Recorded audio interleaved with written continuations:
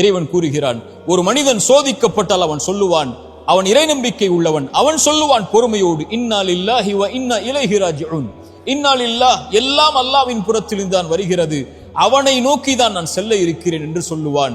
இறை தூதர் சொன்னார்கள், இந்த வார்த்தையை சோதனையில் பொறுமையோடு சொல்பவனுக்கு அவன் இழந்ததை விட இறைவன் சிறந்ததை கொடுப்பான்.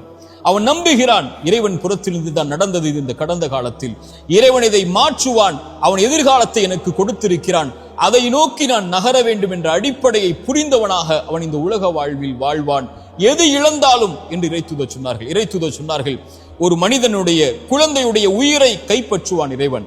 கைப்பற்றக்கூடிய மலக்கிடத்திலே அந்த வானவரிடத்திலே கேட்பான், இந்த அடியானுடைய குழந்தையின் உயிரை கைப்பற்றும் போது அவன் என்ன சொன்னான்? அவன் நேசித்த அந்த குழந்தையுடைய உயிரை கைப்பற்றும் போது அந்த இறையடியான் என்ன சொன்னான்? யா அல்லாஹ், என் நிறைவா, இவன் புகழ்ந்தான் உன்னை, உன்னிடத்திலே திரும்பி வந்து விட்டான், இன்னா லில்லாஹி வ இன்னா இலைஹி ராஜிஊன், யா அல்லாஹ், உன்னை சார்ந்தவன் நான், உன்னிடத்திலே திரும்பி வருகிறேன் என்ற அந்த வார்த்தையை மொழிந்தான். இறைவன் சொல்லுவான், அவனுக்கு சொர்க்கத்திலே ஒரு வீட்டை அமையுங்கள் என்று.